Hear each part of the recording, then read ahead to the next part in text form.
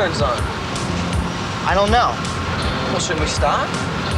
No, I don't think it matters. I have a friend that drives around with it on all the time. Forget it. We're gonna be late.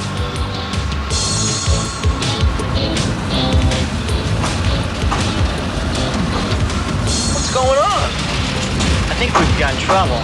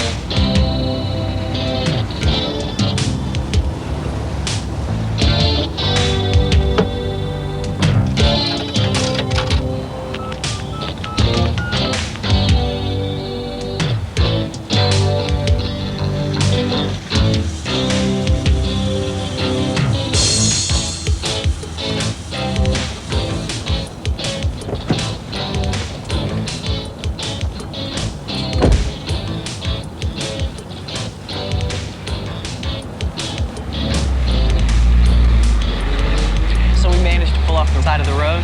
And these horns were honking and we didn't even know where we were. Well, whenever you have to pull out of traffic in an emergency, know that you're going to be affecting that traffic. I mean, don't just pull out without bothering to look.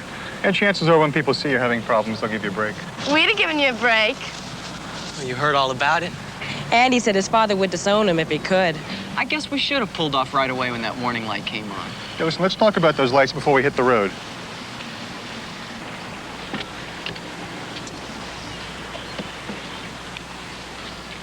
Now, there are three main warning lights or gauges you should all be aware of: oil pressure, temperature, and alternator. Now, if the oil pressure or temperature light comes on, pull off the road as quickly as possible and stop the engine. This is to avoid any permanent damage.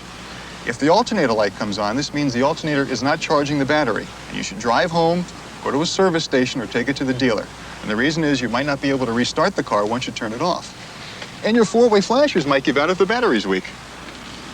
Is there anything you can do for yourself? Sure is. If it's the oil pressure light, you might be low on oil and you can just pour some in. All right, Mark, pop the hood release for me. Cindy, open up the hood.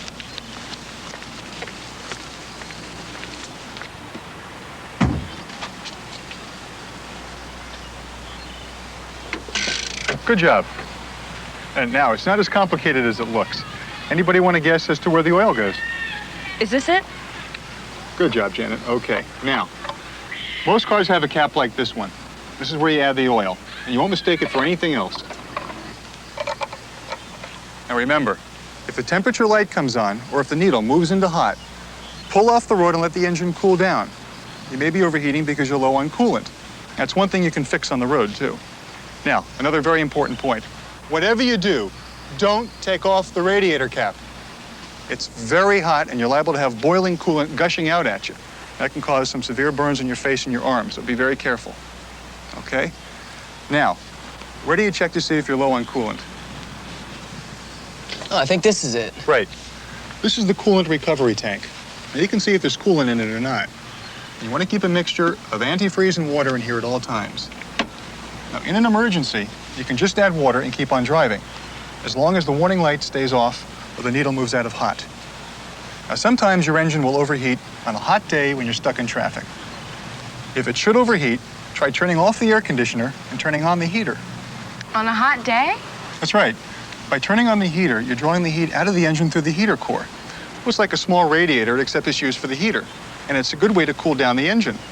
Now, it may not be very comfortable, but it sure beats getting stuck in traffic or ruining your engine. Now, there are a few service checks you should make on your car every couple of weeks, and they only take about 3 minutes. But if you take this time regularly, you'll find yourself saving a lot of time, a lot of money, and perhaps even a life down the road. But the easy checks are visual ones. Any guesses? Well, this coolant tank you talked about, you can just look at. Good. What else? Washer fluid? Well, it might sound simple, but it's important too. If you can't see out your windshield, you shouldn't be driving anywhere. And don't forget to use a fluid that won't streak or glaze. Now, is there anything else? All right, that's it for the visual checks. Washer fluid and coolant. Now, let's get down to something we can touch. Mark, you should be an expert on that. Well, you can check the oil. Well, show us how to do it. Okay. Now, tell us what you're doing here. All right, well, you pull out the oil stick, wipe it off, put it back in, and then look at it. I guess it's right where it should be. All right, now, what might be our last critical check? Anyone know what this is for? Checking tires.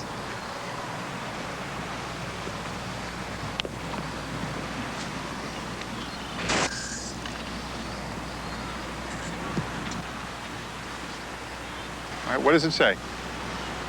35. Right, that's 35 pounds per square inch. Is that what it should be? Janet, where would be the most logical place for you to look? I don't know. In the owner's guide? Sure, but the owner's guide generally refers to the tire decal placed somewhere like the right door of the glove box store. And what if you're not riding on your original tires? Where's the most convenient place for you to check? Right on the tire? See if it's there. It says 35 PSI, maximum pressure. Good. You should always inflate your tires to the recommended pressure on the tire decal. And do it when the tires are cold, because after you drive a bit, they heat up, and that raises the pressure. And cold pressure is what you should measure. Now, 4 simple checks: coolant, washer fluid, engine oil, and tires. Now, do any of you think it would take longer than 3 minutes to check these? Now, of course, there are other checks and maintenance you should do. And it's all in the owner's manual, and I suggest you take a look at it. Okay, Janet, why don't you drive and let's take off.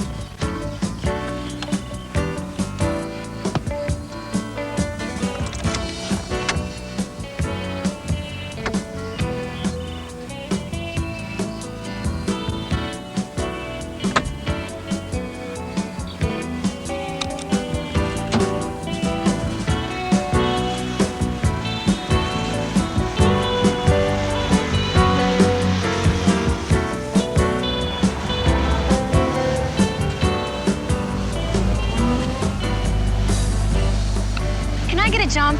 Sure, you got cables? Yeah, they're in my trunk. Okay.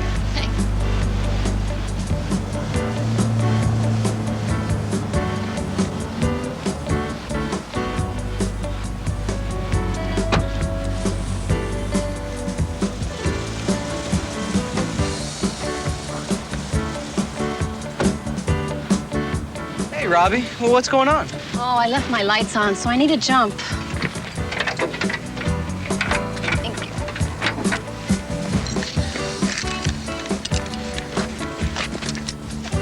Red is positive, black is negative. Guys, that's not the way to do it. What do you mean? You could get a shock, or the battery might explode if you don't attach the cables right. What are you talking about? I never heard of that. Attach the positive ends first.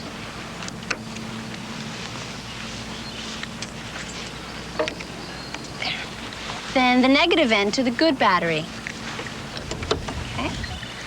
Now, you're not supposed to attach the negative end to the bad battery. Instead, clip it to the engine block or a bolt in the engine compartment. Well, how do you know all this? My brother works on cars. I've been helping him for years. Well, I still don't think it's gonna start if you don't attach the other side to the battery. The reason you don't do that is because you could get a spark, or gases from the battery could cause it to explode. Come on, let's give it a try.